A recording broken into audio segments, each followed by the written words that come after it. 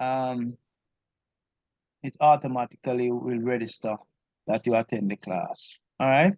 When we review back the clip, that's where the registration goes in the chat. Remember? Sir, I didn't put my name yesterday. Yeah, I know. I know most person did. So I recognize that. I'm marking the name as we speak. But yesterday everybody came. Eventually, so I have everybody there. Right. So, and I'll try and do it daily because I really can't bother with it to do it after. So just put your name in the chat as a backup, right? To whatever I do right here. So that when they're ready for the register, I can just pass it on to them. So I'm not going to wait around for that.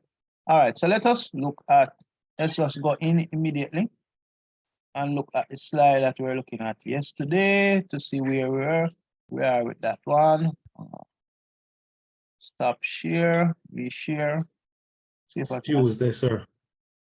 All right, I think you're seeing it now, right? This was where we left off yesterday. Component of a force. Pretty much Tuesday. Yeah, right. Right. What you say about Tuesday? Not yesterday, it's Tuesday. No, man, yesterday, man. No, sir. Yesterday and Wednesday. Yeah. Not Thursday. Yes, sir. Yesterday. What you doing? What does that mean to you, Kenny? I thought that I was the person aging. And I should be forgetting stuff. You shouldn't forget, says yesterday.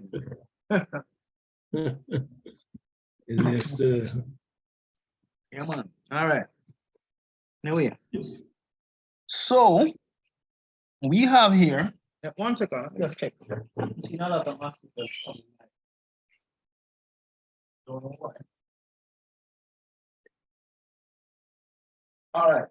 So all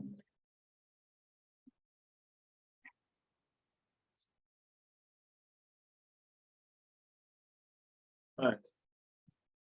So we have what we have in front of us here is some forces with the unit vectors. All right. We did it yesterday, if you recall, when we looked at it, it was pretty much just a force passing through a concentric point, all of them coming through the common point.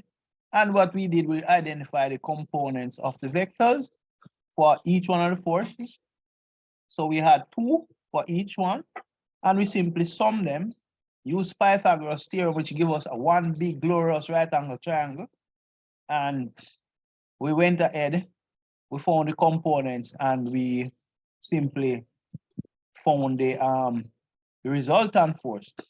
And of course, from that, you can find the direction of that force, because it didn't ask you that, it just said the component in this one. But further on, you can go ahead and find the resultant force, and not just the resultant force, you can find the direction of that resultant force. As I said to you, this is a different way to do it.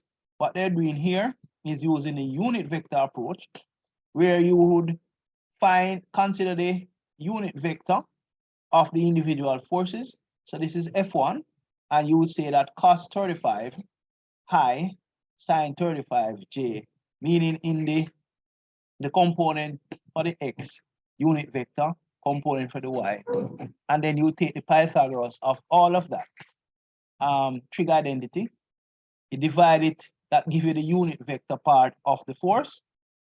So when you have the force and then you multiply it by the individual unit vector, it breaks it out into the Cartesian form of the vector. So you have 490i plus 344j. And that is actually the unit vectors representing each one of the axes, ij, and they didn't have the k here, it's just, right? That is only 2 components they deal with. All right. That is one approach. And pretty much you can see the individual components here, just like how we worked them out before, but this is a unit vector approach. And the next one, where you have the 4-3-5 triangle over here, right? Same thing is done here, where the component for each one of the vectors. So this is the X, that's the Y for 3J, and then you take the Pythagoras of it. And what you have actually done is break it down into this unit vector components, right? So we're going into what we call Cartesian format, where you have the scalar form of the vector times the directional part, which is the unit vector. So remember, unit vector has a directional component, and that is what describe where that force is going to go. The 500 force, but it must describe the direction and the path that it takes. And that's what that's doing. And then you move to the, you could do part 3 of it. Where is the F3? All right, and the same thing would apply for F3. Little bit different approach, but remember we'll identify the distance of I and the distance of J. And it's pretty much the same thing. And the unit vector component, and it's broken down. And it gives you the component for in each direction. So it's pretty much the same thing, only that's a different approach for the components. Pretty much the same thing. All right, so that's all what is being depicted there. All right, that problem we worked at already. And then this was pretty much the same thing again, only in this case, what they have done, you remember I tell you about the 4-3-5 triangle. You notice that there's another triangle there, 5, 12, 13 triangle. So sometimes you may see in different texts, in terms of information given, another type of right angle triangle. This one is the 5, 12, 13 for the 780 force, and for the 500 is 3, 4, 5 for the direction. What about the CB length? For that direction there, we also have the force in that would be represented by using the direction. So they give you the length, the height, length, and the width. So you can pretty much find the angle of what is the direction. Right? And that's pretty much for that one. And they already tell you the force. The force is 725 Newton. And you have the direction of it. Right? And you do it just like the one before. Right? And you get the 3 components. You sum them. Right? You sum the components. Right? And when you sum the components, these are what you will get. For the X, minus 105, and for the Y, minus 200. Right? So you could put up a table. Right? So you see the angles there. You could pretty much put up a table and you sum them. I think we do that in physics. It's the same thing. Right? And this is how it is represented for the resultant force. Now remember, for the resultant component here, you go minus 150, 105. So that is for the X. So the X, you go negative 105, and then you go minus 200, so you come down. All right. So anyway, you want to look at it. You just know that you go negative for both of them. So if you want to use this side of the triangle, fine. All right. But you just have to be careful.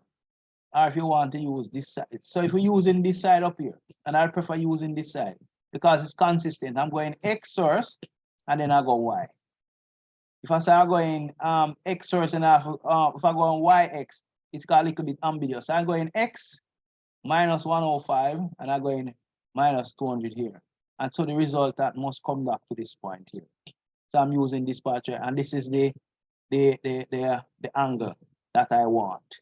So it's 105 upon 200. 2 of them are minus anyway, so that will cancel. I get the angle. And so therefore, you get the magnitude of the resultant force, and you get the direction of that force.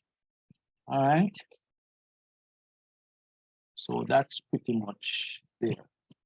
And see there again, what I have done is write that in the unit vector form for each force, right? So you have F1 and F2 and F3, right? So you have pretty much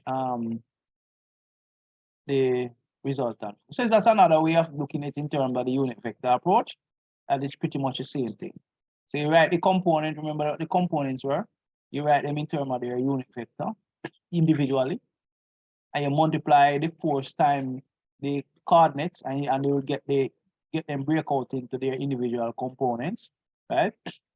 I remember that when you use Pythagoras theorem against a unit vector, it must come back to 1. Remember that rule of thumb. All right. So and it has a I, it has X and Y, and sometimes as a K component for the Z axis. All right, so this is pretty much it for that aspect of the slide. All right, here's another component here, but this is just talking about equilibrium of a particle, which we mentioned briefly. What is this saying here? It's just really talking about resultant of all the force acting at a particle, right, is 0. So the resultant force for the particle acting is 0. So the particle is in equilibrium. So that's what this one is really talking about. That says the first law of Newton. The resultant force of the particle is 0. The particle will remain at rest or will continue at constant speed in a straight line. Right? So the particle acting up by two forces. In the first one, says equal magnitude for this one, same line of action, and opposite sense. So you can see that it neutralizes each other. For part next stage, particle acted upon by 3 or more forces. So you could do a graphical solution, which yield a closed paragon, and also you could do an algebraic solution, right? And you sum the forces, and there will you should get 0, right? So the polygon, see the polygon there?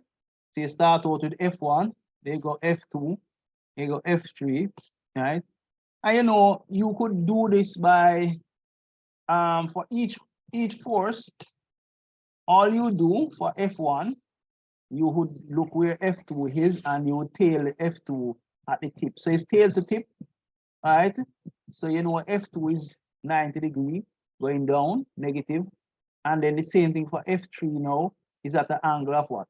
30 to the vertical, not to the horizontal. Yeah, to the vertical, yes. And you basically do tail to tip again. And the last one is what? F3, and you close it out with that one, 30 degrees to the vertical, and it leads you back to the origin. That's what that is pretty much saying. So it's particle at equilibrium. All right. And this one now is also fully explained, where you have a ship and you're offloading a car off the ship. But not only that, you have somebody probably wants to direct where the vehicle land on the deck, on shore, right? So he is directing with a card, right? Probably this was our first time they used to offload vehicle, but we have since passed that point long ago.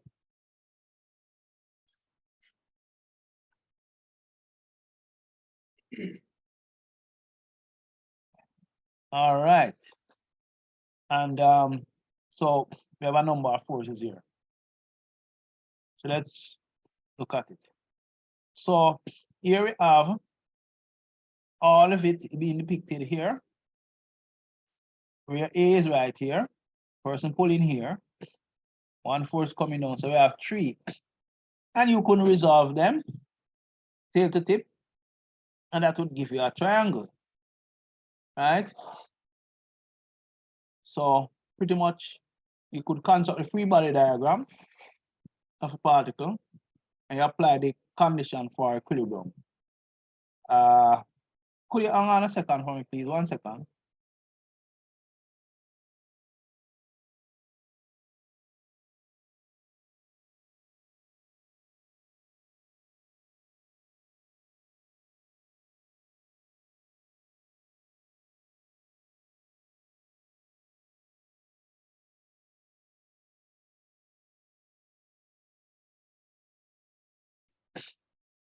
All right, back to you now. So, all right. All right, sorry for that interruption. So it's are you all hearing me now? So you could construct the free body diagram, right? And for this, you could see how it is being depicted here. Now, to solve that, you could use, depends on what you want to use, either your cos rule or your sine rule, right? And in here we see it's depicted using your sine rule to find the unknown, which was what? AC. They wanted AC here, right? So you have this one. We didn't have TAB, and you could find TAB afterwards. So you had all of those. You find TA. You had two unknowns, AB and AC tension, right? And we only got one. We got the directions, right? And so from that, pretty much what they did is resolve them. And this is using the equilibrium method, where they resolve them to each other, right? And pretty much use the sine and cosine rule to do it here, right? This says apply the condition for equilibrium and solve for the unknown. So this is another way to solve some of those problems that you will be asked to do, you know. That is another method, right? I think this one was also worked out too. Yeah. Pretty much the same thing. I see it's being depicted there for you. This is 4, but all the directions are given, right? And fact that you have them here. Let's move on to the next slide. So you could resolve them like that, and you'll get what from this? You'll get a polygon from that, right? What you could independently do, like before, you could find them, you know, find it. First of all, you could identify the component of each of the 4. So if we back up, we know the component of each one, and we know the angle that they are. So that's one thing we know already, right? But this is it's expressing the condition for equilibrium for the all by writing that the sum of all the forces must equal to 0. So the resultant force here for this case, when you're resolving all of them, this case will be 0 if the system is in equilibrium, right? So this is what this type of problem is asking you to do. So not all of them will ask you to this, but in this case, I say resolve the vector equilibrium equation into 2 component equation. Solve for the 2 unknown cables tension, which is pretty much what is being done here, right? So what they do, they choose the all for the free body diagram. You draw the free body diagram, and from it, you can find the unknown angle, right? That you are required to find. You have both alpha and beta angle that you can find based on the dimension given for. So if you look up at the fixed diagram here, you see that that is 7. You see that this is 4 coming on this triangle. You have 2 triangles here. You could solve for some both to find alpha and beta from that. And from this, you can draw this now, right? And as I said before, you can just form a polygon from it, right? That is just depicting how it is spread. And you could also find the individual components. Just like what we did before, you identify the individual components and you sum them pretty much, and they should give you 0. And that is remember now, that is summing the vector resultant of it, not just the regular scalar resultant. It's a vector resultant would tend to give you 0. All right, that's what it should give. All right. Now I know there you gotta be very careful there. Now what this is your assignment, and what this would ask you to do. It just says to you, free body diagram. This is it. You get the space diagram, sketch showing the physical condition of the problem. Right. This is it. And you get your free body diagram. You have to sketch showing only the forces on the selected particle. And you must find the resultant force and its direction. So you're going to find the resultant force of all of that and the direction, which is simply what the section that we did before, and that's simply straightforward. All right, so I will move to a different slide now. Let's stop sharing and go back to Moodle platform. Where is your Moodle platform? Again, am I seeing it here? Not seeing it here. Hang on. Let me see if it is still open. 1 second.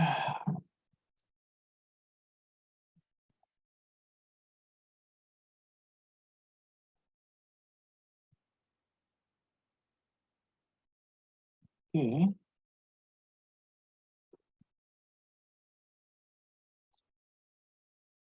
So I'm gonna use another slide.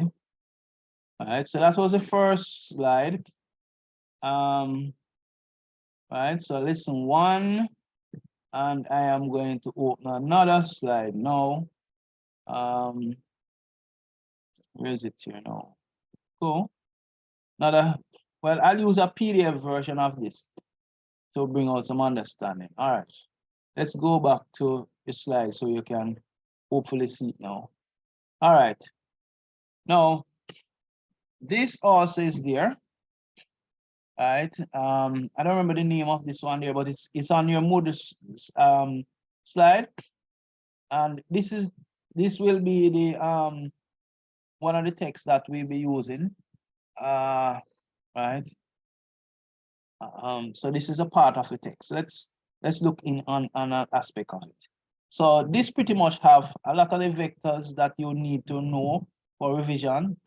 So we'd have looked at scalar vector, vector operation, vector addition of forces, and we also look at classification of vectors, which is not right here.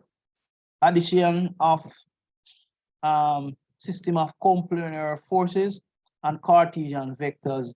This is what pretty much we're going to look at now. So you would have known what is a scalar vector. You would have known all of these. These are pretty much a revision on the vector operation and so forth. All right. So all of these is what you would have known before. So you can read through those. All right. So let's look at this little problem here. It says here, screw I is subject to two forces, F1 and F2. You have to determine the magnitude and the direction of the two, right? You have to determine the magnitude and direction of the resultant force for the two. Can anybody tell me how you would approach this? Just looking at that problem before we look at the solution. Are you all seeing the problem? Need some feedback. Sir, I'm not see the book, man. You don't see anything? No, I seen your screen, but I don't see the book on Moodle like what you Hold said. on, come again. You said the book. I see textbook, and when I click it, You it's see anything? Say a PDF now? Are you seeing the PDF now? yeah, man. All right. You see what the question that it is asking? Yeah, man. But I was asking something separate. Pardon me, you're asking what? I'm asking you where you got that because you say it's on Moodle, but it's Yeah, not. man, it's there. It's there, I think, right there on your lesson. Right where you have decided question. Sorry, the past papers. I can show you afterwards. Okay, all right. All right. So it says the screw I is subjected to two forces, F1 and F2. Determine the magnitude and direction of the resultant force. All right. Can anybody give me an idea how they would approach this?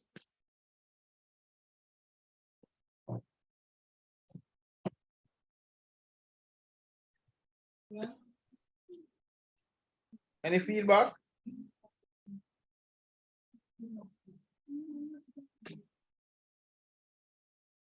Somebody internet is very unstable. Kick on in and out. All right. Anybody have any idea?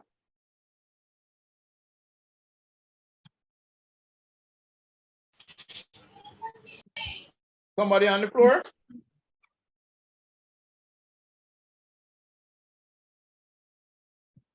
All right. Sure, would I find the components with the vectors first? So you go ahead and you'll find each component of the vector, of the individual vector. So you want to tell us how you'd find F1 component. What are the components for F1?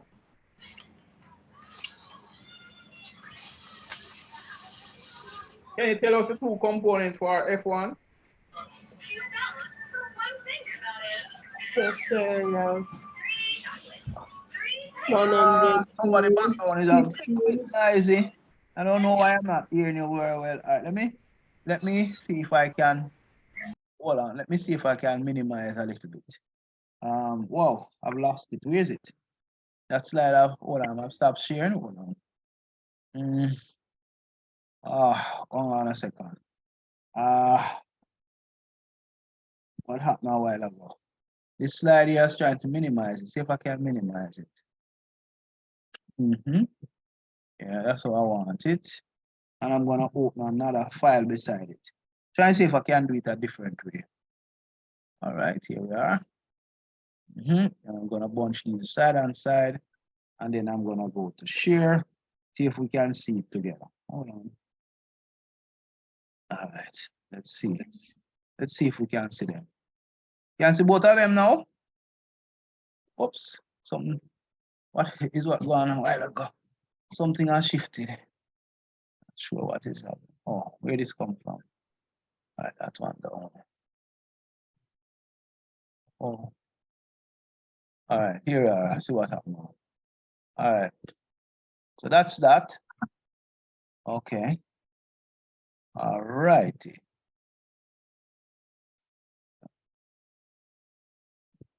So there you have the problem. Yeah, tell me how you go about doing it now. So, sir, for the vertical component, sir, you have F1 sine 15 Mm-hmm. degrees, and then See if I can write. Let's see if I can write. All right, we have the right one here now. Yeah, so for the F1, yeah, sine 15 degrees, sine 15. and then I have F1 cos 50 degrees. The So horizontal, hold on. What you say? This is F1. yeah, That is F1. And then the next one will be and then the horizontal would that be F the y-axis. F of Y1 Mm-hmm. would be F1 F1 cos 15, 15 degrees. and they're both positive. All right. Oh, Go to the first set. Second yes, one, sir, they're both positive. I should yeah. think so. And for the next one, what are the components? It'll be F2. And that's F2. it'll be F2 sine. So yeah, 10 degrees. And this is, which component is this one? That's at the x. That's for the x-axis. Right. And then F2Y would be F2 cos 10. cos Is there 10. any of them And positive? it'll be the x will be negative. The X is negative. Yeah. You sure? You sure the X will be Yeah, negative? cause the x-axis I go so the next. Yeah, sir, that be negative. Sure. Based on what's depicted there, what I'm seeing here is if let me draw what I'm seeing over here. Come on, writer. Why am my writers are playing around? What is it? All right. So this is what I'm seeing, you know. Let me see if you are seeing what I'm seeing. And I'm seeing 10 degrees here, and I'm seeing an angle here. Right? It means, let me draw it a bit. So there, so I'm having a component going that way. I have one going up, and I have my resultant, that force, F2, which is acting like a resultant going to that. So therefore telling me that both components are positive. So as X is going to the positive X direction there, but it's only that it is sine. It's not cos in this case because the angle is opposite to the side. So it's sine, which is correct, and the y is going up, which is now cos. So both are positive. I don't see any negative one. Anybody disagree? Anybody disagree? Anybody disagree? Well, sir, I don't see any negative. Right, that's what I'm saying. I don't see any negatives neither. They're both positive. All right. All right. So let's look at the solution. So, right. So you could do it two ways. you could draw the forces up. This is doing it in the using the parallelogram way, where you draw this force across this tip here and draw this one up there. And you could use one side of the triangle, right? And you could use your different ratios. You could use the different rules, sine rule or cos rule, to find f of r.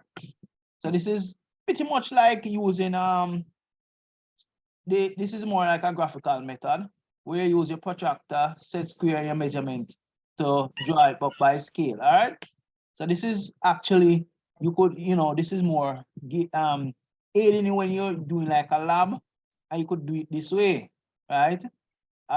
You could, yeah, you'll have your protractor and you draw the angles in, and you write these forces to scale. Let's suppose you use 10 centimeter to represent 1 centimeter represent 10 newtons or something like that. But you use some scale and you draw it to scale with angles and you draw them up, right? And that is how that will be geared here. You could also use one side of the triangle and use your calculus approach, right? Trying to see, I just can't see if I see show you the entire solution. Right, so that is using the parallelogram rule, and you, as I said before, you could use your trig ratios and solve it, right? Or you could just simply use the trig method here. So the trig method here, you pretty much would draw it up tail to tip method, right?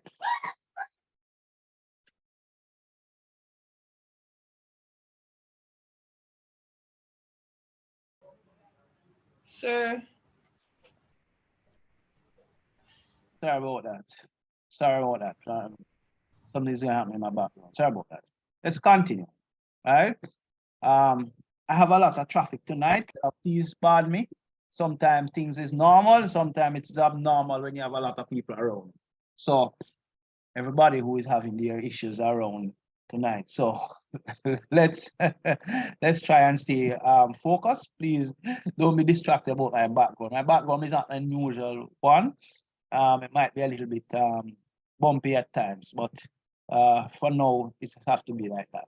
All right, so the trig, you could use your cosine rule there and solve the problem, or you could just have the components individually, find the components and then use the Pythagoras theorem.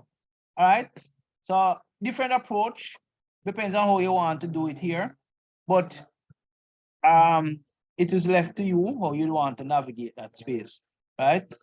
All right, another aspect of the syllabus is coplanar forces, adding off system of coplanar forces. What are we talking about here? Talking about coplanar forces. We have actually dealt with it already, but it's just using another big word.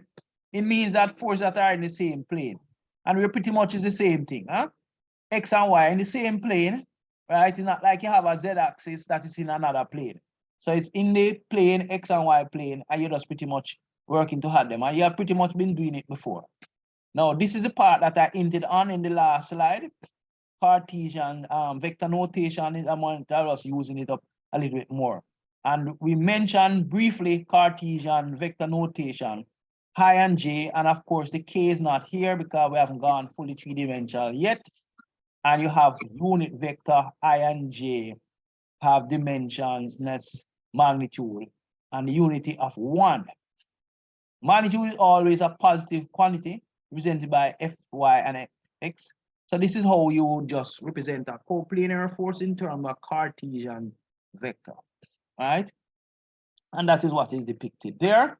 When we move to the three-dimensional frame, then you will see F of Z K, right? But we don't reach that one yet, so we would have intern put in another level to it. So you would have seen f of what now? Z and K representing the unit vector, right? That would be added to what you're seeing there, the f of y j and the f of x I, right? So you'll be seeing all of those components, right? So right, let's see if we can use this part of the screen again. Okay, so that's the coplanar forces. Just another way of looking at it. All right, and see here depicted again. We did look at them a while ago. Pretty much the same thing, just being displayed properly, explicitly. So there's another way of looking at them. See them there, each component. That's a revision again. So this slide is there for you to utilize, right? And pretty much you know how to identify your Cartesian component for each one of the vectors. And this thing comes with a little bit of practice, eh? When you come to practice, then you get perfect at it. All right, and it's pretty much the same thing here. Right. All right, so those are self-explanatory. And this is the unit vector. This is Cartesian form. Right, and see the same thing there. Cartesian vector notation, to show you before, pretty much the same thing. All right, and these are Cartesian vectors. All right, and now let's move it now into the 3D frame, right? Where you must understand what is your unit vector and how they are represented in each axis. So this is very important. Moving into the X, Y, and the Z axis. So this is not now coplanar again. You move from coplanar and we're going into 3-dimensional Cartesian vector. We need in the K, right? So let's look down at it. So that's refreshing you, right? So all 3 of them, and these are the unit vector for all 3. And this is important because in this course, we will have to do some calculation in 3D frame. You know, to some extent, we'll have to do position vectors and all of these. You must need to know those basics. So this is pretty much the same thing, just like what you did before. However, the difference is you should be able now to identify in the 3D frame, and this is always a little bit challenging when we're doing it online, that you must have a good appetite for the 3D frame, and a lot of you would have been doing it before. Must be able to recognize the different angles at the different levels. So I have another slide that we go through. It is probably a little bit more detailed than this one. So hang on a little bit, but it is repeated here. And I am going to go to that slide. That slide will be better than this one. Right, so, all right, I'm gonna stick a pin and go to another slide, PowerPoint slide, that will explain this aspect a little bit more. So that is also, so you have that on your thing. Just trying to find this slide. Hang on a second. It's supposed to be this one. All right, here we are. Let me see. Yeah, this will pretty much have it. Let me just, all right, so let me stop share and reshare so that you ensure that you're seeing it. This little guy here. All right, so this slide here, I'm not so sure if it's on the site. I need to put it on if it's not there. All right, so we're talking about the rectangular components in space, which is really the looking at the different angles in 3D space and giving us some appreciation for them, right? Right. I know that you did some of this in maths class, correct? Am I correct? Are you there with me? Yes, sir. You see them Come on, little figures here, sir? Right. So you can work out one of them questions here, sir. One question, sir. Hang on. I wanted to do position vector. I'm looking at a slide for a position vector before I actually move on. Hang on a second. I'm trying to find a position vector slide. Where we okay. Let's look at the position vector and then I'm gonna come back to that. So before I go to that slide, let me go in the order that I want to go into. For ease of understanding, let me just go to this one first. All right, so we have something we call position vector. So I'll come back to the Cartesian shortly, but we just want to help you to kind of start visualizing it first before I do that part. All right, so we have something we call position vectors. It's really looking at the coordinates of the vectors in the different plane, right? And we spoke about 3D plane before, right? But at times, in order for you to appreciate 3D plane, you need to be walking the plane to get a good understanding of it. So I'm going to just discuss this part first. Can you all see what I'm showing you? Are you all seeing my slide? What are you seeing?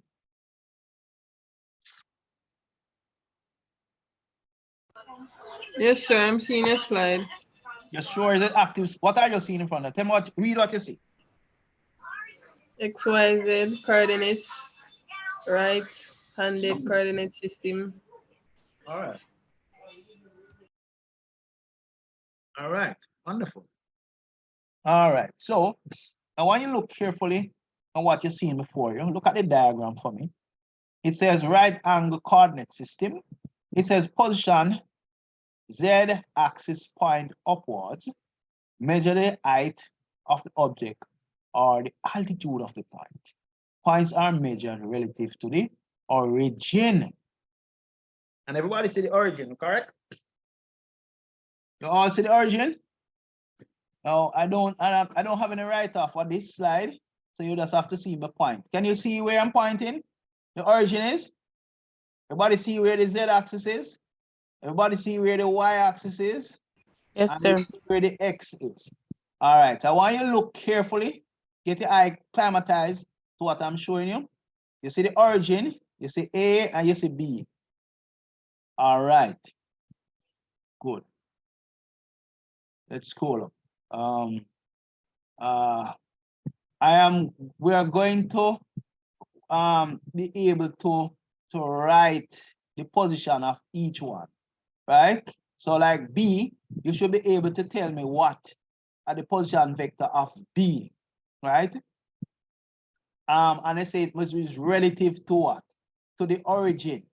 So for each one of them, we should be able to write the position vector relative to the origin. Anybody want to try A and B? Look at them for me.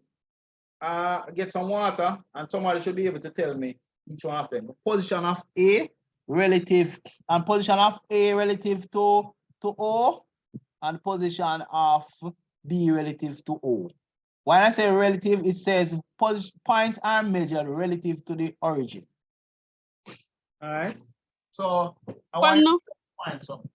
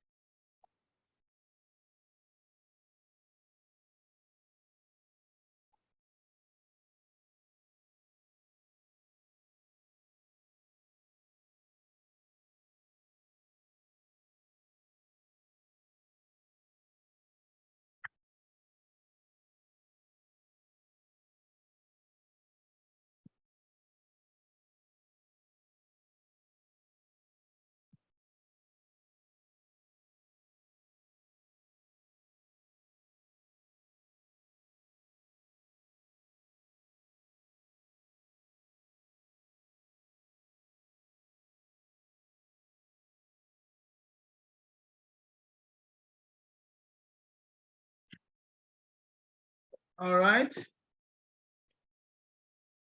Who ready to tell me B relative to O?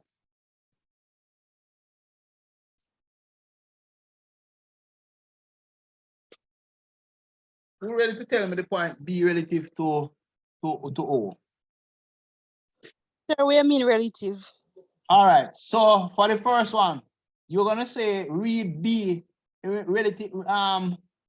In moving from O going to B, you're going to. So in other words, what I'm asking you for, see if I can minimize this a little bit. Can I minimize it? Will it give me a time to minimize it? Oh, not giving me an opportunity to minimize it. Hold on. Let me see if I can minimize it a little bit. No, it's not minimizing. Hang on a second. I want to be able to write, and I'm not getting the option of On the right hand side. Okay, I'm seeing it now. All right. Let's see if we can reshare it. All right. Okay. So here we have the other slide. Rather than cut and leave in the page, I'm just trying to find a little bit more innovative way to present it. All right. Okay. So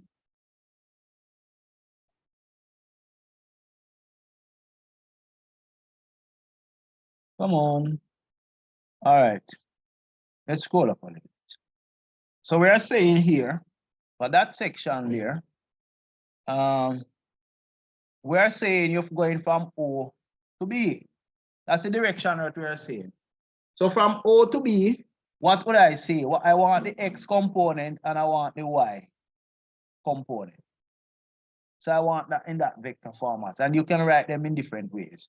So if I'm going from O to B now, so the O is going along to the what? X-axis, and is that what? That's a positive X-axis. And what's the measurement that I have in there? So I'm getting, let me say I'm getting 6 down to B. And tell me if you all see it. Positive 6, right? And then after I go 6, I'm going 4 up to B. Which axis is that am I going?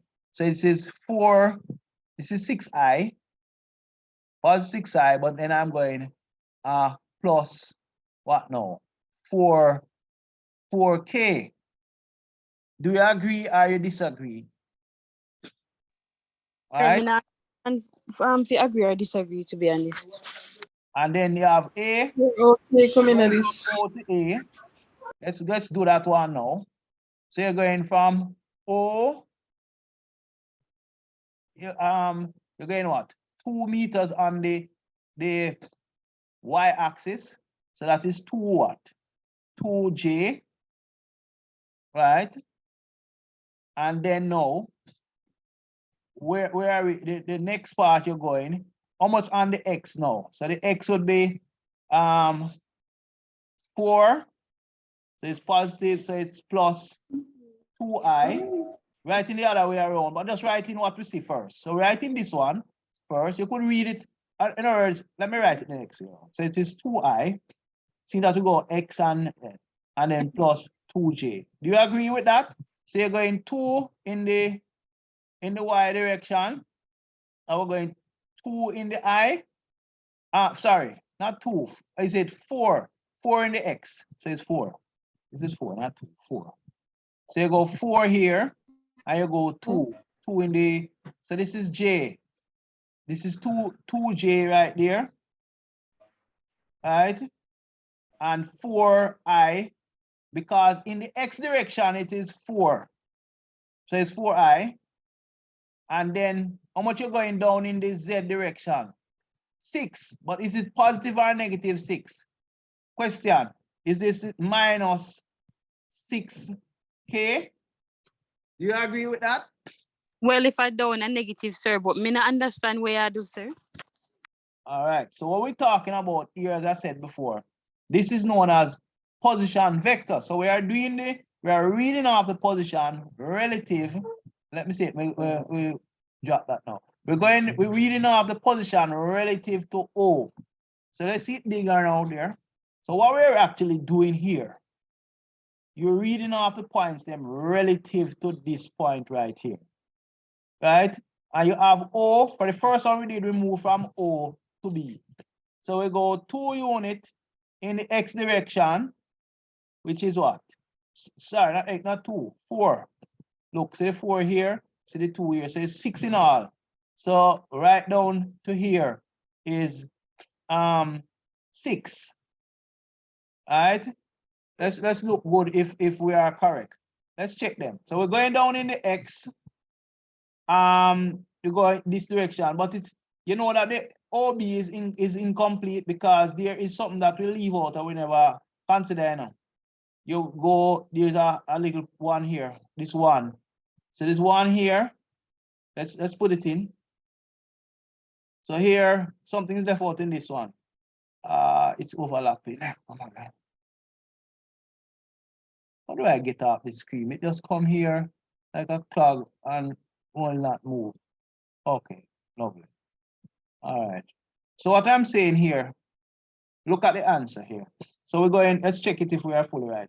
So we're going from here. We're going from here, right along here. So that is what? So they have one here, and it is going in the negative what? The negative y direction. So the y wasn't counted for in it. So it is a negative y, which is what is that? Minus j. I'm gonna write that better. So it is 6i minus j plus in the this z direction is positive, so it's 4k. So that is the component position, the complete position vector going to B from O. So O is right here. 1 unit in the negative, 6 in the positive x, and 4 in the positive z direction. If you go opposite to this direction, you know, it's remember it's minus. So you have to look for each component. Right, see if I can draw it over here, give you an idea of what I'm talking about. So you have remember, yeah, this is your z, your x, and your y. Remember now, remember this is all we're doing. So this is your z, this is your x, and your y. So if you're going in this direction opposite to that z there, everything is minus. If you're going opposite direction over here, that direction is minus for the x, and for the y, the same thing. If you go that direction, it's minus. Once you go this direction, they are positive for the y, positive for the z, positive for the x. But if you go the opposite direction for them, they are minus. So everything over here where you see these dotted line are minus. So this is minus k, minus j, minus I direction. All right, but the other directions are positive. So that's all I'm doing. Yes. So, sir, the relative, so the points that are measured relative to the origin, are actually the distance on the different axes, right? The y and the x and the y and the z, right? That's what it's doing. All right. All right, I'm gonna look for an example so we can. Sir, and the y, well, on before you move, sir, the y axis for the b, sir, that's our 1, The y-axis for the what? the b. All right, so you're going O to, So point B, we're going from the origin, which is right at where all of the axes meet, to B. So we're going, let me put my stylus up and show you now. So you're going from here, over to here, down to here, which is 6, then you're coming up to here. You see it? So I understand a part, but may I say for the y, For the right? y? No. The y axis, would it be 1 or in a constant? You go from O now to A, so you're going, let's see if we can see the direction that they would have walked. It's not, sometimes the walking distance is not total logical, and I'll tell you why, because you have to see in how to get down here if all 3 components are involved. All 3 are involved, but sometimes to the logics of it, you may have to see the other way around. So look, I'm gonna start from here, and let's say I'm gonna come here. 4. Let me see if I can get it logical. So you go 4 unit in the positive x. Agree? Up to his point right here from O. You're going to A now. You're moving from O. You go 4 unit in the positive x axis, which is what? 4i. Agree? Yes, Yeah. sir. 4. Good. Yeah. And then you're going to go now the y. The y gonna carry right here. How much is that? 2. Look carefully. So we see the 2 over here. It tells us that it's 2. So it's 2 what? It's 2j that. And that is positive, correct? Good. And then you're going from this tip here, you're going down into the negative z. So it is minus 6. Now, before the x and the y were positive, but the z is negative. So therefore, our answer must be showing that it is 4i plus 2j minus 6k. You got the gist? Yes, sir. Good. So let's see if we can do another one. position vector. All right, as I said before, it's pretty much a position vector R is defined as a fixed vector which locates a point in space relative to another point. So we have been looking at Rx and Yj plus Zk. That is what we've been looking at now. So we have a frame here, and I'm using a number of diagrams to help you breaking it down.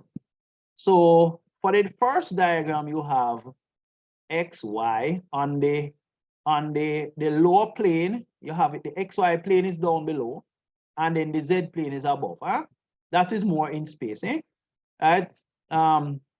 So you see the XY plane is down at the bottom. You can see that, and then you have another plane above. All right, and we have the point P. So the point P can be represented by all components X, Y, and Z.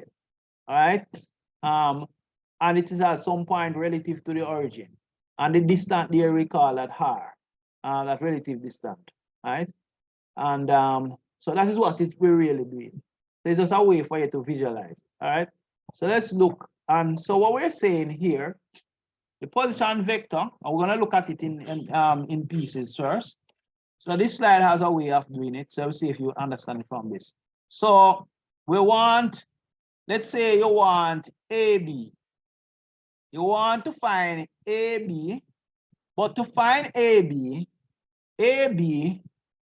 is the position vector of AB is equals to B minus A.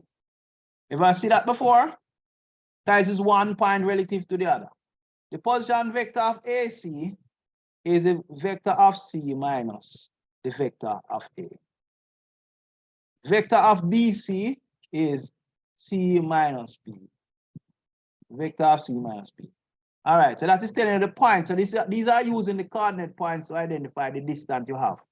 And we're also going to relate them to angle a little more from this. So this is what this is saying here.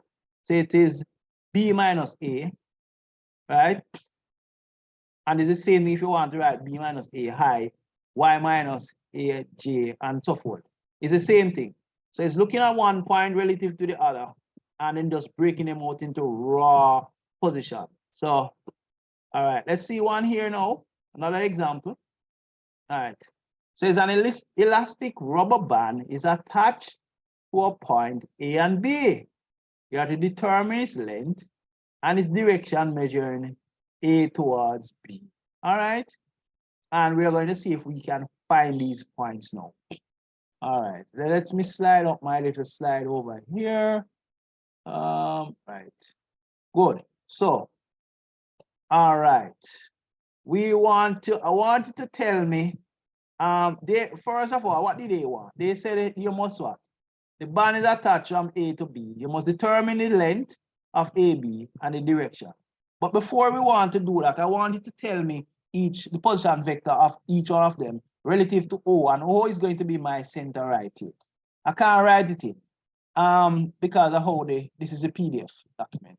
So O is right here. Please remember O is at the center where all of the axes meet. So I want you to tell me the position vector of A and the position vector of B, and then we can. So let's write them first. First thing we're gonna do, I want you to tell me A, and I want you to tell me position vector of B relative to all 3 axes. All right. While you all do that, I'm gonna get some water. Drink some water. So continue. And somebody take over and tell me and give me the answer. So sir, from the origin, you hearing me? It must be relative to some point. When you write in position vector, it must 1 point relative to some other point. Sure, tell me, I go try. For me? I'm going to try. Yeah, so the first point I wanted to write for me is A. Yes, sir. So that mega tell you now. Go ahead. So from the A where it attached, from where the red line attached to go the middle line there, the origin, that's going to be 1. 1 I or 1 J or 1 K. I want to use the I, the J and the K when you're writing it in One the I. Cartesian format. Yeah. So I is representing X, Mm-hmm. this is representing Y, this is representing Z. All Remember? right. So Mhm. it's going to be one I, and It's then just you go. I then. I. Yeah. Mhm. Since that is singular, just put one. Yeah, and then you're gonna go up, and Mhm. that's to be 3I again. Positive or negative 3I? It's going up, so it's going to be positive. You give me one I already, you know. Mm-hmm. I positive, and with the tree can be I again. It's only one. It must be one is gonna be I, one is gonna be J, and one must be K. So it's, So, I want the J and the K from you now. so about A and not G. Well, they don't necessarily have any, you know. They don't necessarily, but it can be 0. So No. 0, That's 0 what J, and then negative 3K to A. Negative 3J. so that's the K. negative. K. As it go down for the Z. All So right. that is Beautiful. negative. Beautiful. Not So, Y. so it that has is no negative. J? No, sir. No, No J. none. Okay. So it's just I minus 3K. Is that one? What about B? Relative to the origin. So in other words, I could write this as I could, in coordinate form, I could say 1 minus 3. If I write it in column format. Come on, Stylus, why are you doing this to me? All right. I don't know how to get rid of this garbage that it just devoid on my thing. All right, I won't bother try to explain how to get rid of that. All right, so all I'm saying here, this is I minus 3K, and the column form of the vector is 1 minus 3, right? Ignore that, that is messed up here. All right, so we move B down. All right, what is B now? Can you tell me B coordinates, please? So, sir, B, a negative 2I, positive B 2J. is negative 2I. I'm just writing Positive look 2J, what? and plus 2J, Plus 2J. and plus 3K. All right, let's check it now. So we are saying in the X direction, you're going 2 negative. All right. So far it seems good. Yeah. And for in the Y, you're going to go what? What did you say? What distance did you have from here to here? 2. It's 2 you have. This is 2. But it's 3.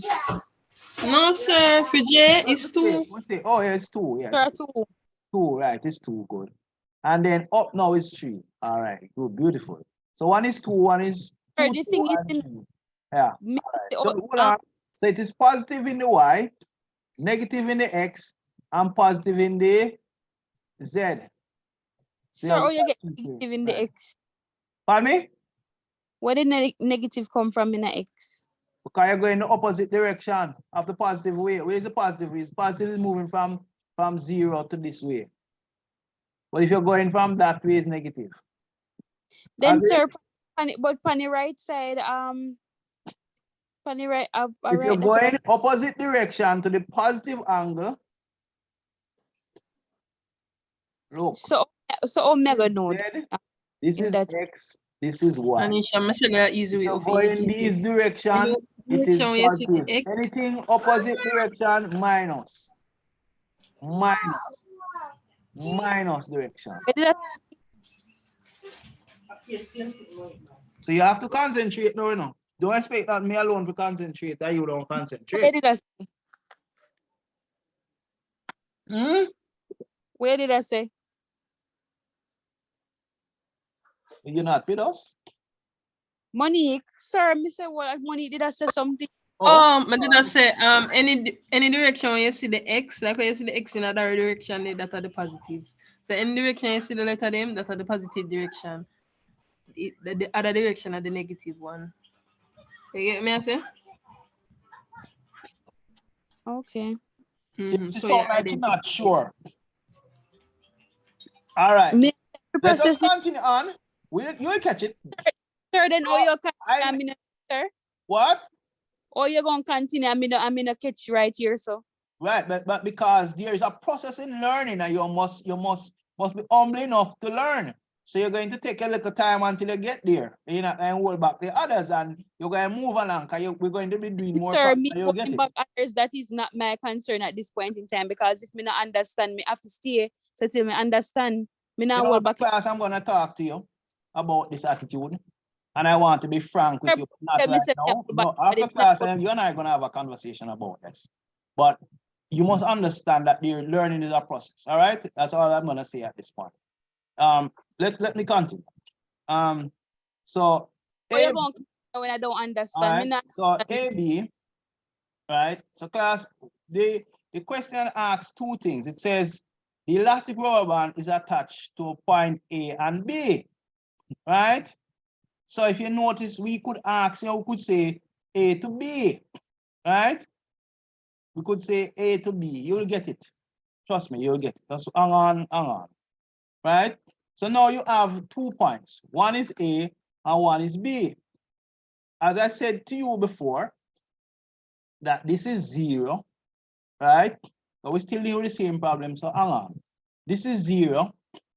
So all to get B individually in respect to O, you go 2 units in the negative of X, and you go 3 units in the positive of Y, which is because this is 3, right? And this is positive direction we're going in order to reach here. And then you're going up to here. Now, all of the ways that we have taken, some components are going to be negative, some are going to be positive. So it has to be look. You have to put it high in a 3D frame. This is X, negative, positive Y, and negative, and positive Z. So you have to look, you have to keep your concentration there. You cannot be distracted at any point, because especially when we're going through these things. So as I said before, so you're going negative. Because remember, you know, when you see these X's, this is a positive direction once you're going along them. Anything before the 0, positive way, positive. But if you're going behind them, like down here for the Z, negative. If you're going over here for the Y, negative. If you're going that way for the X, negative.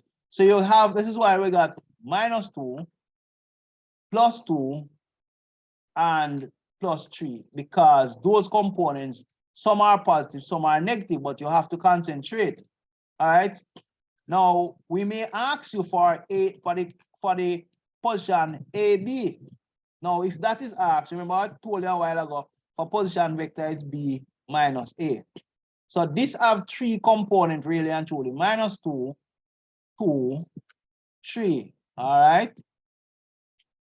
All right, and just like all that have, and the third one of these for this one was 0. Which one was 0 again? It was it was for the A, it was right up here. It was 0, one of them was 0. So it was 1, 0, -3. They always have 3. One, sometimes one just is 0. So all you do, you would put the B here, which is what? -2, 2, 3, minus, and where's the A? 1, 0, -3. Right?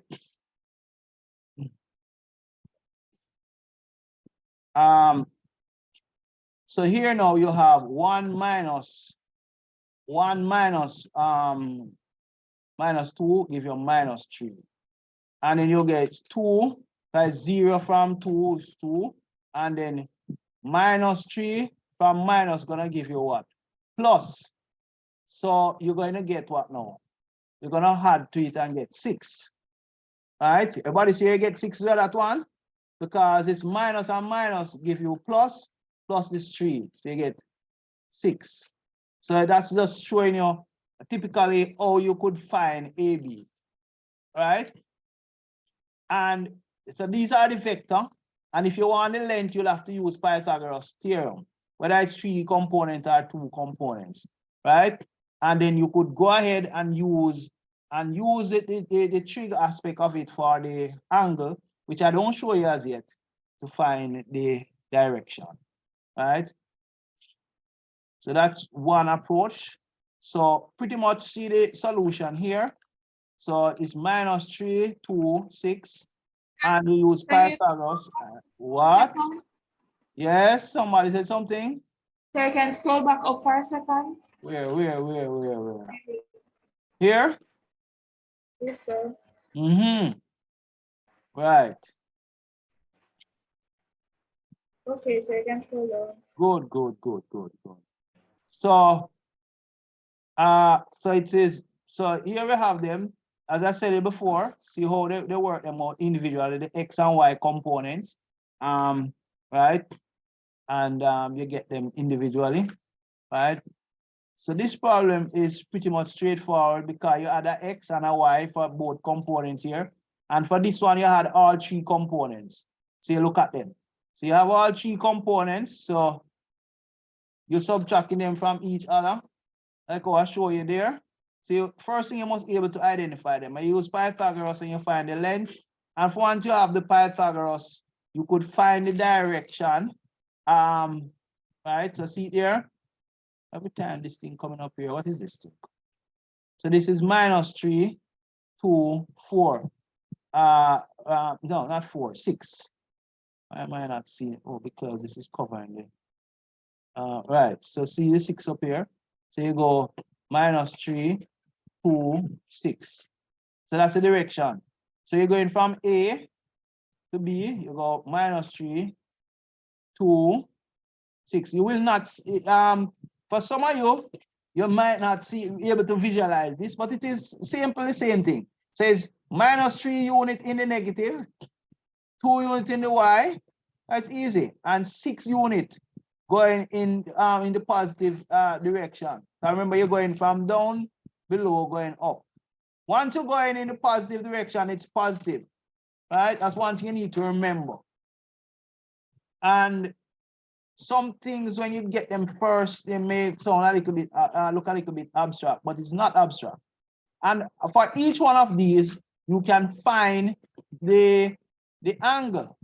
Now, what this is the length of the position vector, right? The magnitude of it, right? And when you have the component of your vector, so AB is this component. When you use the magnitude and divide in the Cartesian form of the vector, you get what we call the unit vector for each part, the ratio, the individual ratio for each section. And when you take the cos of the individual part, you get the direction individually for each section. So you see it here. So for the X, it is 3/7 cos inverse, you get 115. When you take the next part for the Y, 2/7, you will get 73. And when you get 6/7, you will get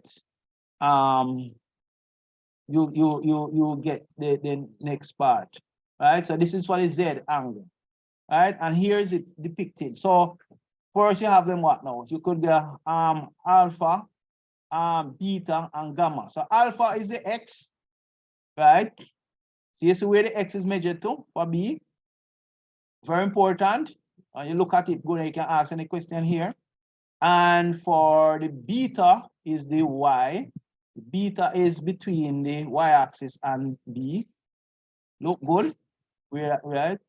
And for gamma is between the Z-axis and B. So it's this little angle right here, which is 31 degrees.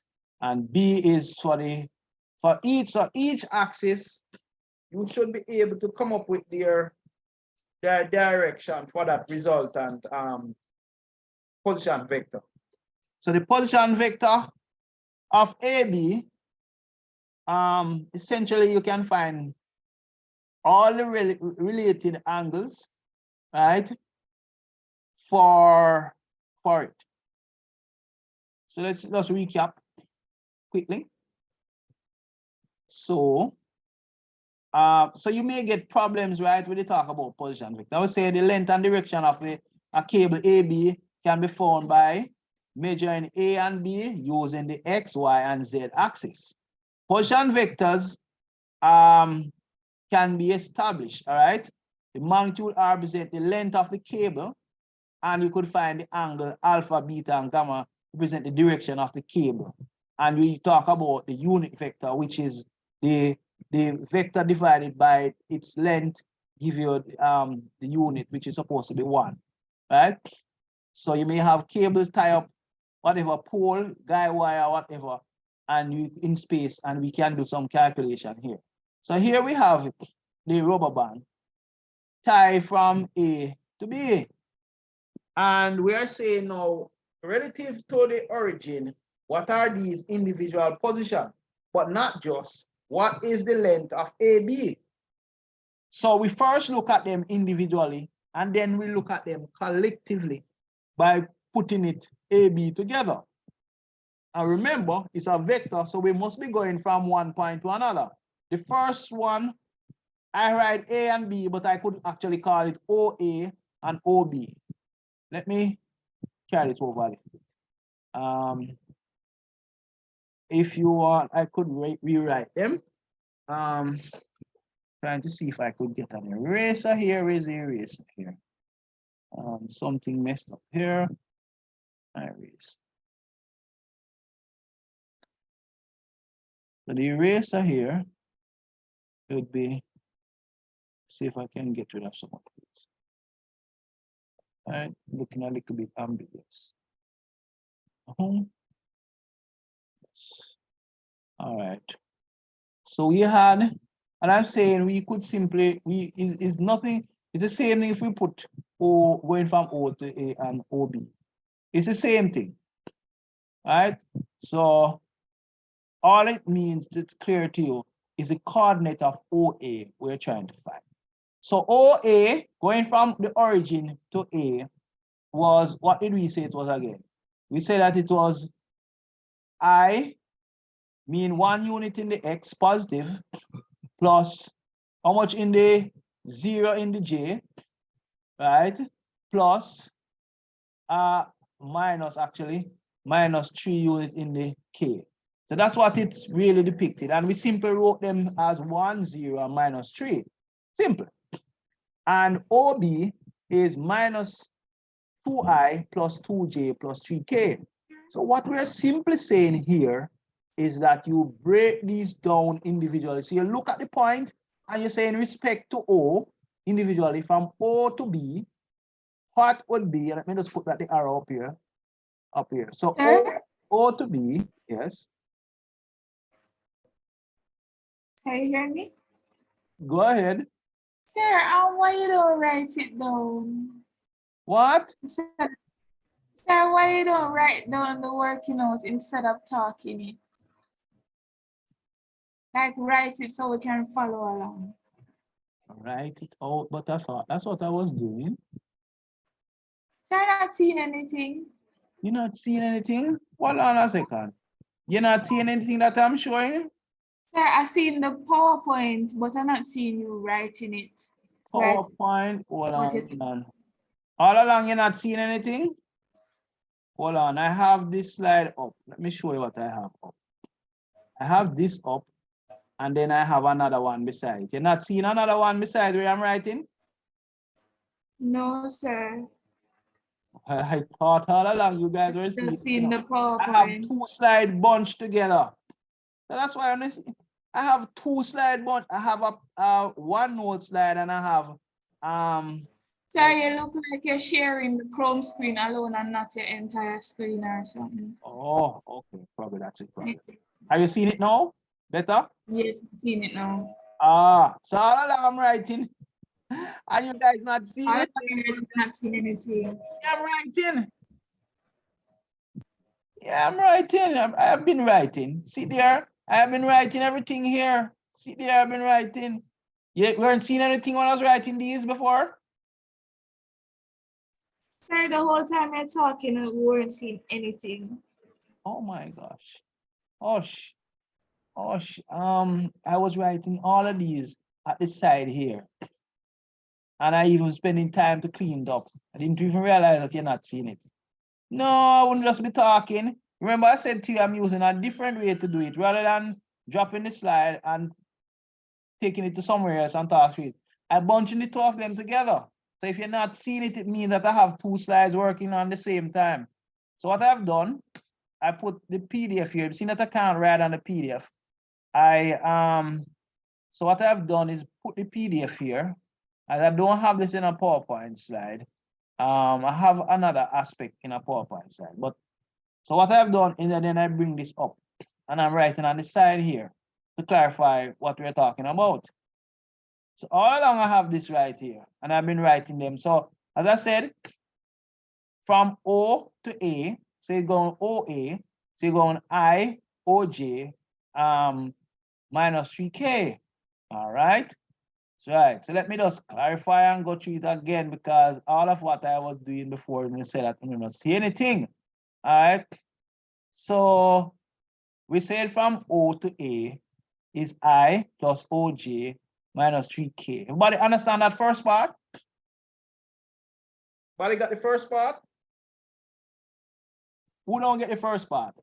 Anis is you still don't get the first part?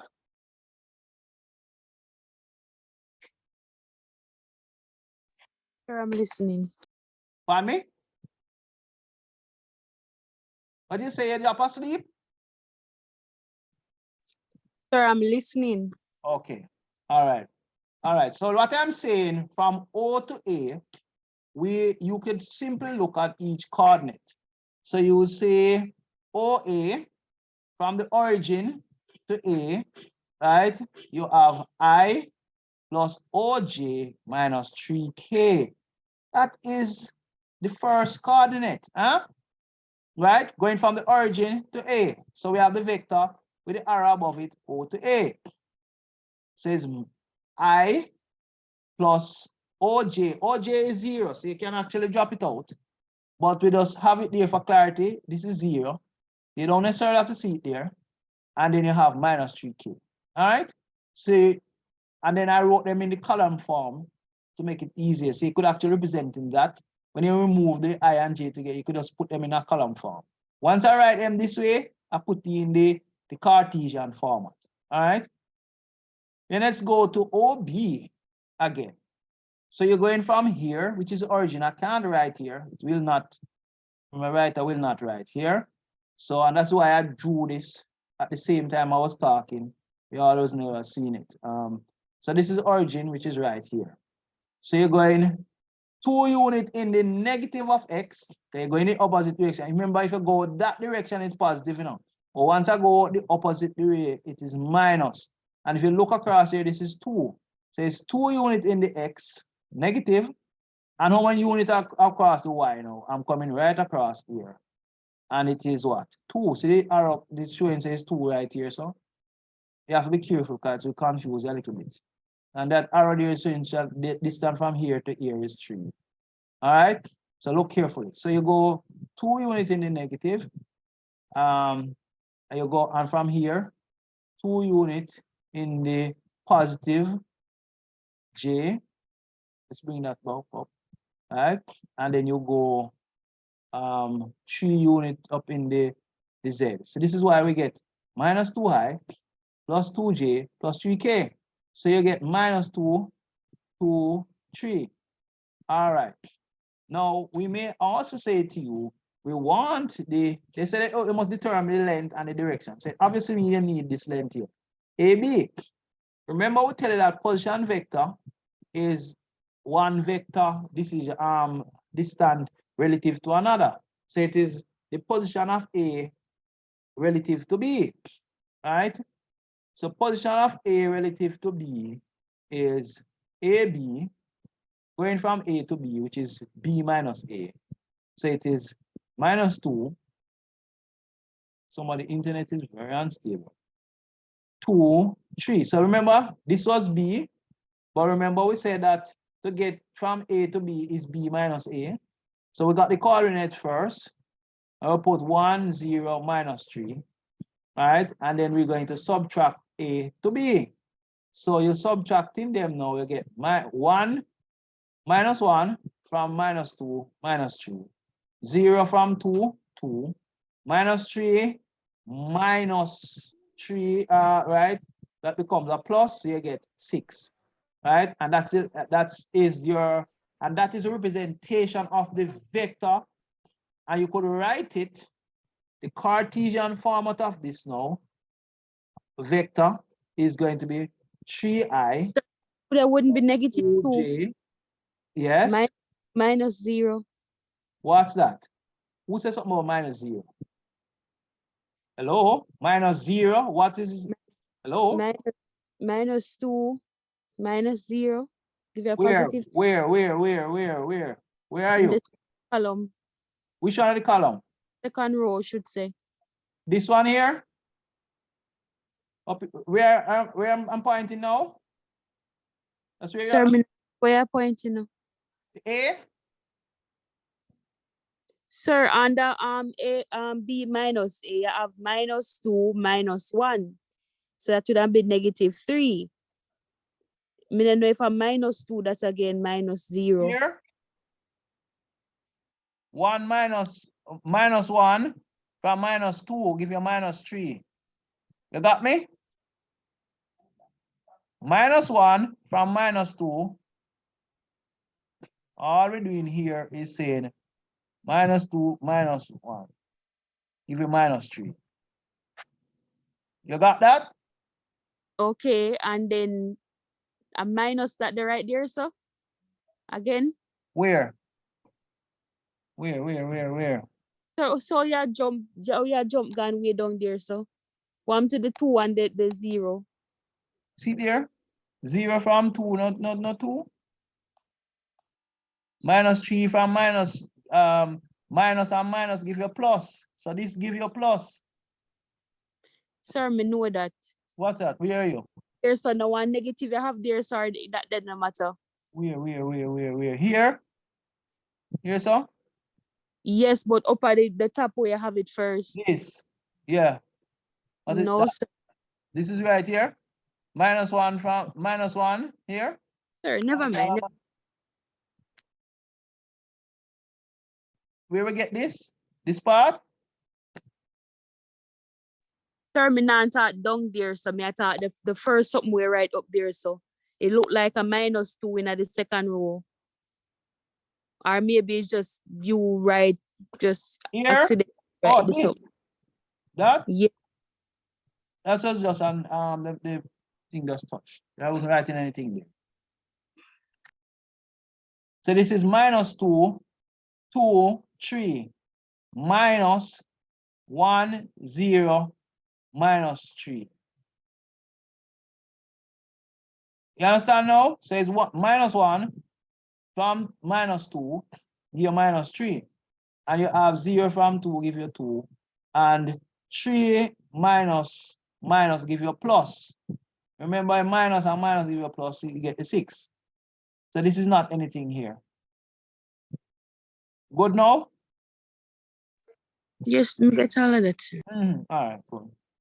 All right, so that's the solution there. And then because this is just in Cartesian format, to get the magnitude of the vector AB, you have to find the modulus, which is -3 square, 2 square plus 6 square root, which give you 7, which is right over here.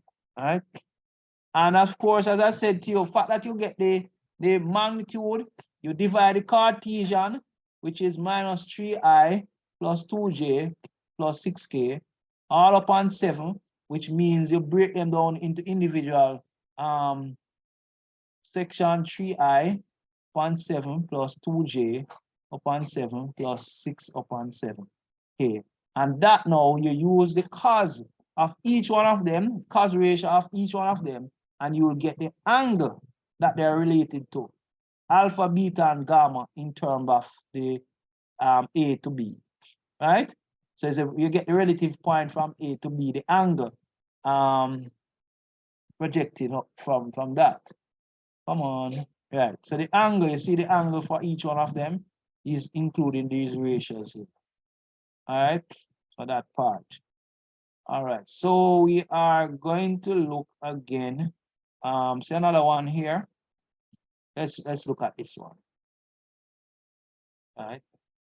All right, so there's a number of them where we have them. All right, so there's another one here. And let's look at it quickly. It says a man pulls on the cord with a force of what? 350 newtons. And that is in AB, eh?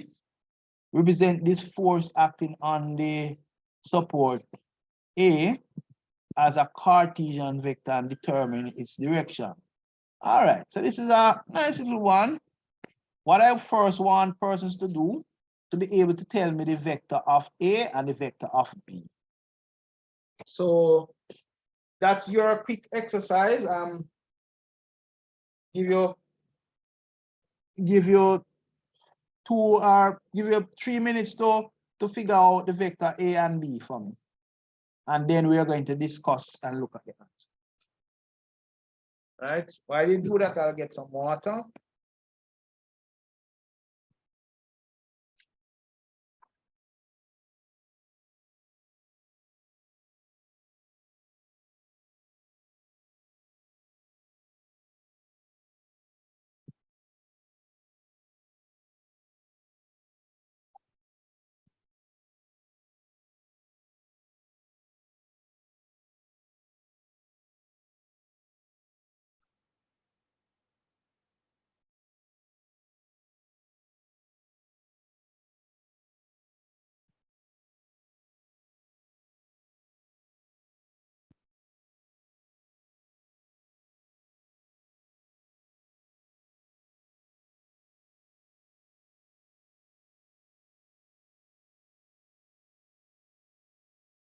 All right, so I'm waiting for you to tell me that, because I don't finish it, you know. We have enough problems for you to do to get a good grasp of this thing. But remember now, I will give you a lot of problems work out, and I'll explain them and go through them with you. All right. So that final assignment that you see in Moodle, I want to show that to you, and then we're gonna decide the questions that you're gonna do, and those are going to be your final sheet. So everybody, each topic we're doing, you'll do the related one, and that's it.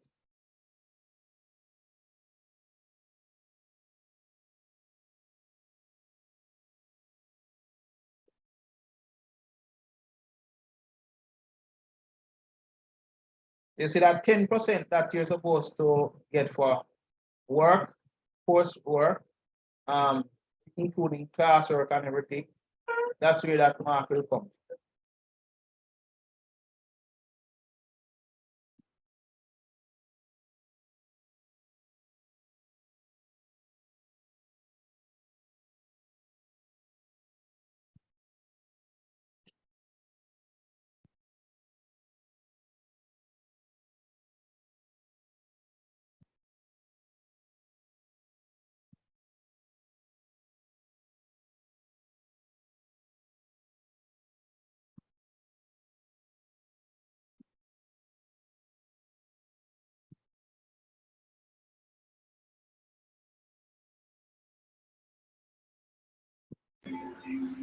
So, sir, for the A, sir, I just 6K. All right. So for A, all right. So what I'm gonna write it as OA, vector OA, and I want vector OB. So I'm gonna write it that way. All right. Let me check. Am I still recording? Yes, sir. Yes, let me just check in. Recording, yeah. All right. So let's go. For A, tell me the coordinates, please. Want them in Cartesian form? Sir, I just 6K. 6K for A. So where is the O now? Like right where the arrow there between the 2 meter and The O the is 1 point. where they see the origin is supposed to be. You see it down here, so. See, we have X and Y and I have Z. So I'm using it right down here, so. Right down here, so I can't touch it because it will So right the flat. right. You see where my are you seeing my cursor? You see my pointer? No sir. So use them. You're not seeing anything there? You yeah, sure? I'm see it now, sir. Right there, so. Yes, right here. Is O. Oh, right. This is Okay, alright. so so if I have this up, it don't show. When I have the 2 slides up, it don't slow over there. Never see it. Oh, yeah, are you seeing it now? I see the mouse, but I don't see it point on the origin. But I see the mouse. You see, Alright. you know, see me pointing with an arrow and I'm pointing at origin. I have something pointing right here, right at the origin. No, sir. Nobody I don't see see it? that. So it means it's not really working. No, I thought it's working. All right, I see it now. all right, all right. Yeah, because this is not my this is not the PowerPoint. The PowerPoint it will show up, right? Could I show up on the PowerPoint? But All right, what I'm doing, I'm going through these form because I have them in another format, you know, on a PowerPoint. Let me just see if I have it on a PowerPoint. I'm just checking back these slides to see if I have any of this on the PowerPoint. These exact problem. No. No.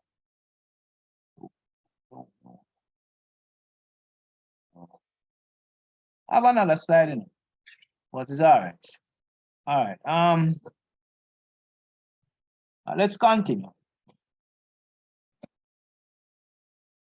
All right. Let me do something. Since it's not working out, you all not seeing that slide very well. We have 10 minutes to go, but I'm going to do something different.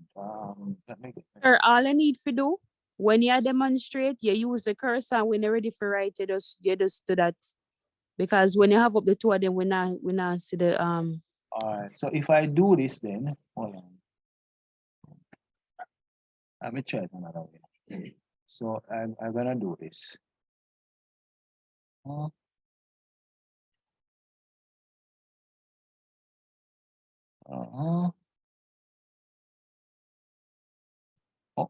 Too small now. Are you seeing what are you seeing now? Sir, put you over to the left more now. The second right over this. I mean here. Can you see the writing is too fine if you Carry up. no, remember I have the thing up Yes. there. I start writing up there already. All right, let me just put it up here. All right. Okay. All right. All right. Are you seeing it now? That's all Yes, right. under the bottom now. Well, I hope you're seeing that now. All right. All right. So let's continue. That's supposed to be a little bit better. I think on the Z axis it's gonna be So what I'm simply saying is right here is O. Right? that's our 7.5. 7.5. Right. So Okay. this is O. So OA. So I want to give me OA. All right. OA. So you're going from O to A right there. Right? And so it would be what now? How much you say? 7.5? So what is what is the I? 0? What is the I 0 and the Y 0? It says only what now? 7.5. Okay. Oh, you get that? 0 and that how you get 0? 0. So the others are 0, 0. How comes? Yes or no? Do you agree that the others are 0? I'm asking Yes, how is 0? If it what? You're asking for us to agree. Me can't agree on something when me not understand. Me asking you how it is 0. because we are not, look, we are going from O to A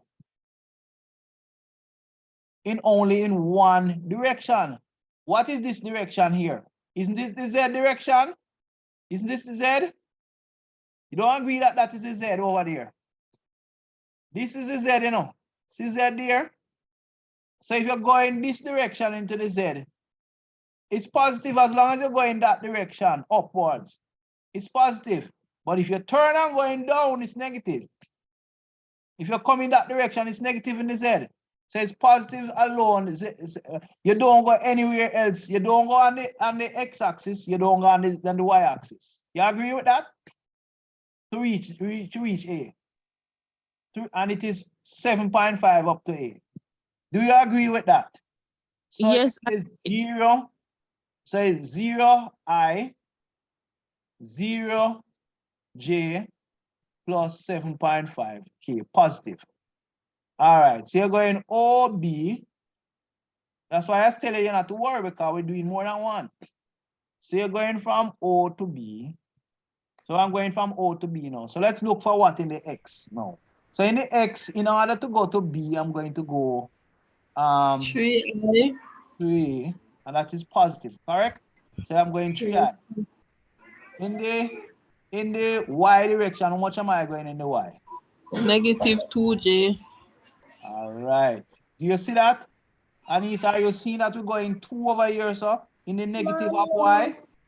Look, this is O, you know, and we're going negative here.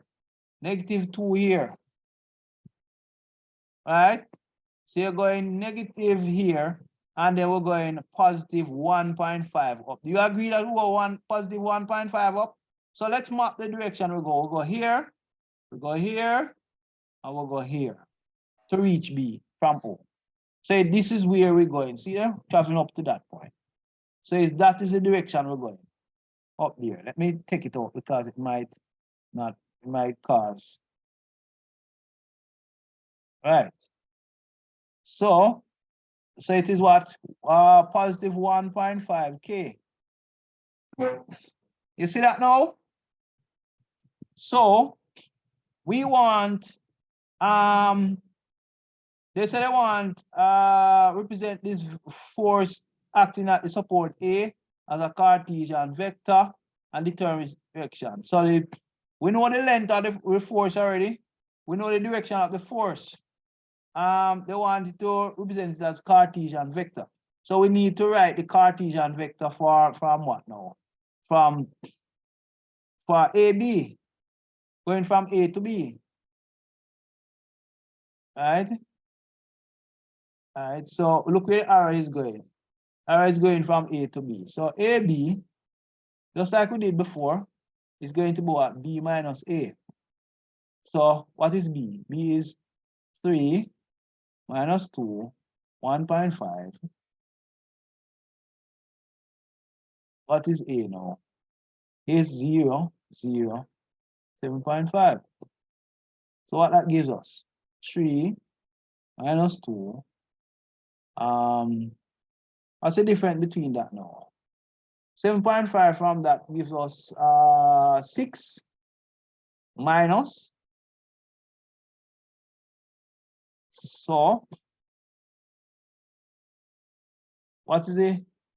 So we are getting what here? So 3i, sorry, positive 3i minus 2j minus 6k. All right. And if you want to write you want the unit vector part of it, you have to use 3 square plus minus 2 square plus 6 square. You take the root of all of that. Right? Can somebody work that out? Right? Answer is here, we can look at it. All right. And then now you remember it has a force, but this is just what my intent right now is just to show you how to find A to B. So we're gonna look at the force part of the answer, but it's just how to write the unit vector. It says they didn't ask necessarily for AB, but I am just finding AB just to show you how to So the actual, what they actually want, I'll show you that in a little bit. But just to get your understanding. What this answer is, this is what? 9 plus 4 plus 36. How much that work out to, please? So much that gives me 49. So it gives me what? 7? Is that 7? Correct? All right, and you'll find the unit vector. If I think it was that. I think that's 7. Check it, please. And then now you will find the unit vector at each one is 3 upon 7 I minus 2 upon J 7 minus 6 upon 7 K. And you know, you take the cos of each one of the cos inverse and you get the angle that it is. So just like before, but this problem asks you some specific things and it actually gives you a force. So you'd have to use a ratio and multiply it by the force. Let's go. Let's look at the answer. Oh, I'm sorry that I'm not using the correct slide. Oh, let me stop share. So sir, that we put 3 over 3I over 7. What is that? The magnitude you find this up? These are showing you the ratio of each, the unit vector. The unit vector. This is actually working out the unit vector of the vector. Right? You use a unit vector to help you to find the angles that it is the direction of the resultant position vector. Right? So remember, you know, you need direction. So that's the unit vector is important because it helps you to map direction, especially for 3-dimensional figures. So you need the unit vector along each path so that it helps you to give it direction. Otherwise, you can't do a calculation if you don't have something called unit vectors. All right. All right. Let's see. How do I lower this guy? How did I bring this guy here? Oh, I slide it across. All right. Let me show you. Can you see? I'm going to try and show you the solution. Are you seeing it? I'm going to show you the solution. So see the solution there, just like what we have, 7, and you do pretty much the same thing there, and you work out the angles, right? But as I told you before, you would have multiplied 350 by each of the ratio, and you'll find the force into each direction using the ratio. So that's how important the ratio is. The ratio helps us to find the direction, to show us the direction of the force. And it splits them up. Yes. Hello. Yes. Are you seeing it? What I'm showing you? Sir, I'm seeing it, but I'm asking you if it's on Moodle. Yes, it's there. It's there. It's actually in the textbook. Well, I'm not so sure it's in that textbook, that text that you have, but there are some similar examples. But it's there. Let me show you where it is in Moodle. Let me just quickly show you so you have no problem for the weekend to look over it. Let me just, if I can get to that page. So, all right, when you go into Moodle, are you seeing my page now? Are you seeing the Moodle page? Yes? All right, so when you come here, are you seeing it now? Yes, sir. All right, so when you come here, this is where we have some assignment sheets. This is what I want to look at, chat. Let me just show you where to find this one. So this is course outline. Your textbook is here, past paper. What I'm looking at is right here. See it right here. All right, now it has past papers there again. Now, so this is actually unit 1. The lesson that we did before is right here. Then you have this one right here. If you want, I can pull him down. I can turn on edit and carry it down so that you have it down there. Then, sir, right, after so I'll pull him down. Where did I have it a while ago? Because some of you may not be able to find it. So I'll just pull him down. So where is it again? I'm gonna drag him down. Where is it? Here. And I'm gonna drag him on where you have the next one. All right. So you see the two of them together there now? All right. So it's, I drag it there. So turn off edit on. So right, so you have the two of them there now. Sir, Right. So they're right. So you have these, all of what you need to know for this section.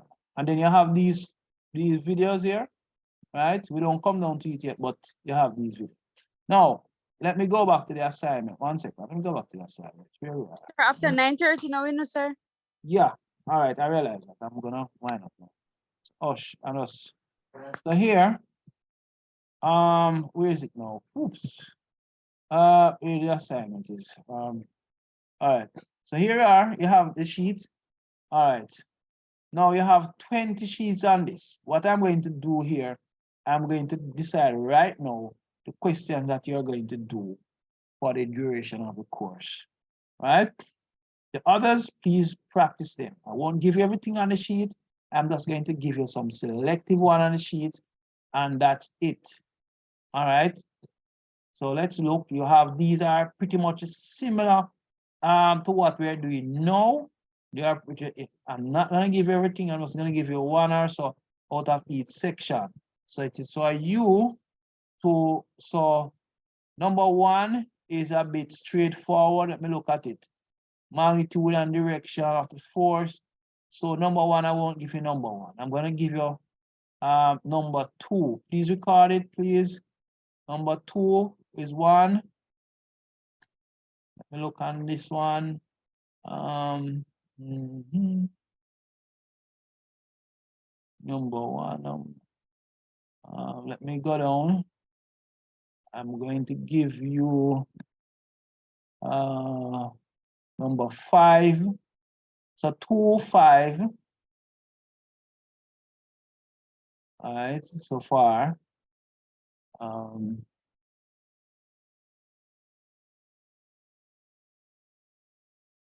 5.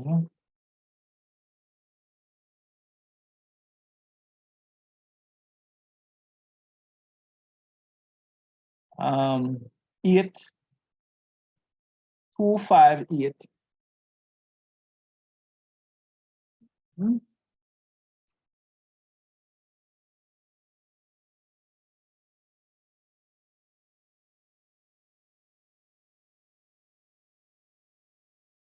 Right. I'm gonna write it down here. So assignments. You said 258, that's it? 2, 5, 8. We're not finished. This is what, June the 15th. All right. 2, 5, 8. 2, 5, 8.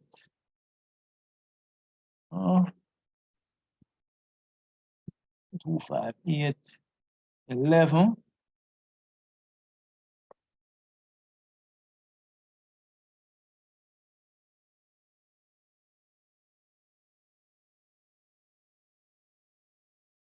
Um, 14.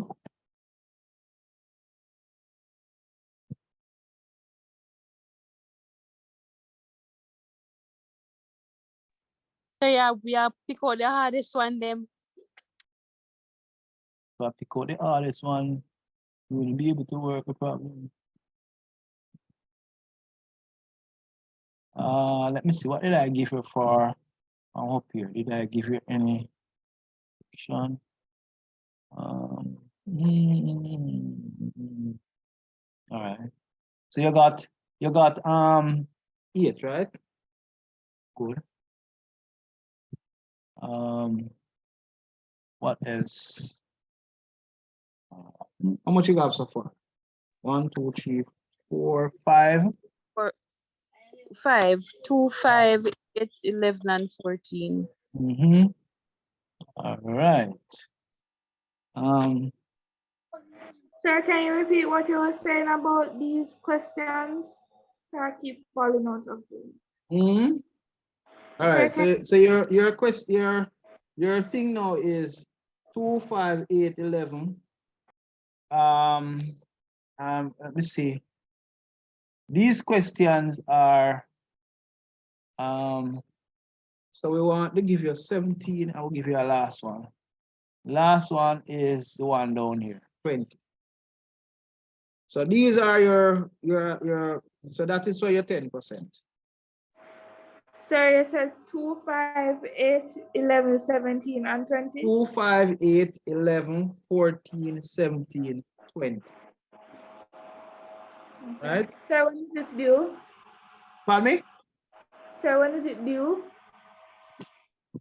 All right, so each one of them, we will, I can actually tell you, all right, I'm gonna work out when you submit each one. Right, but I'm just setting the questions now.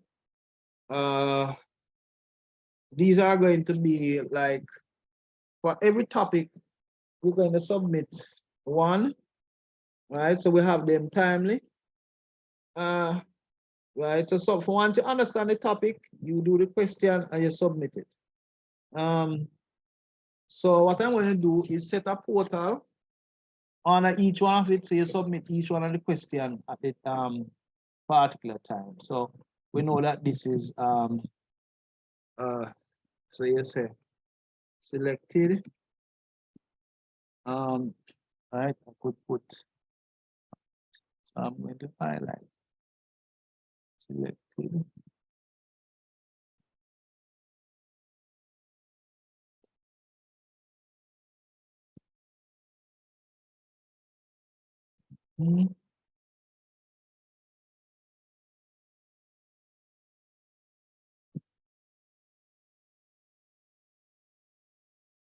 Each one of these. So you have it. And person that's saying I give you the hardest one, I'm not. Give me the hardest, you know. Trust me. Not, this is not the hardest. They are not the hardest at all.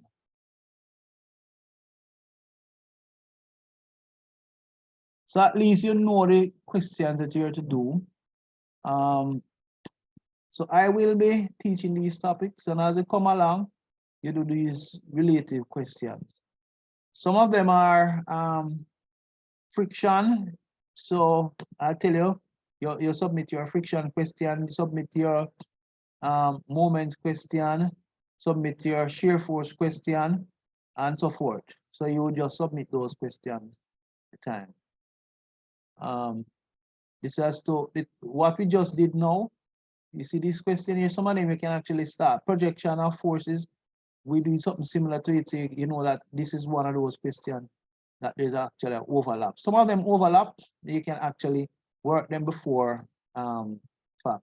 This is a friction one, we haven't done it yet, so you will do that. All of these from 8 going here, we're doing things related to these. So you can, we haven't done all of them, but some aspect of it. So we start, so you see all these from 1 down to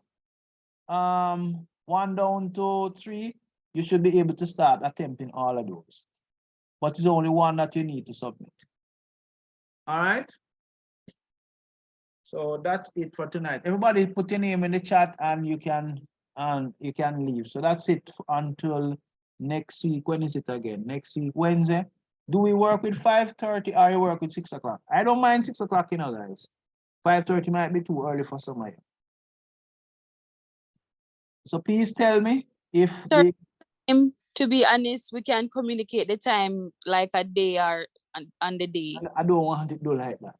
Then, Unless sir, there's a situation happening and out of our control. But I would like to get it more fixed. But if we work with 6, I'd prefer 6 because everybody will be able to get in before.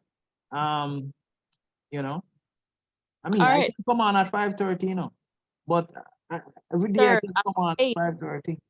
what I'm saying is that you don't know what can happen. So I'm saying we can communicate the time when we're going to start the day before class. No, I'd prefer have it fixed. All right, sir. I'd prefer have it fixed, and if there's a circumstances that something really bad happening, then we communicate. Have it fixed. So the class time is fixed at 5:30. But I'm asking you guys, I want to move it to 6. so that is convenient for most persons to get in. Hopefully.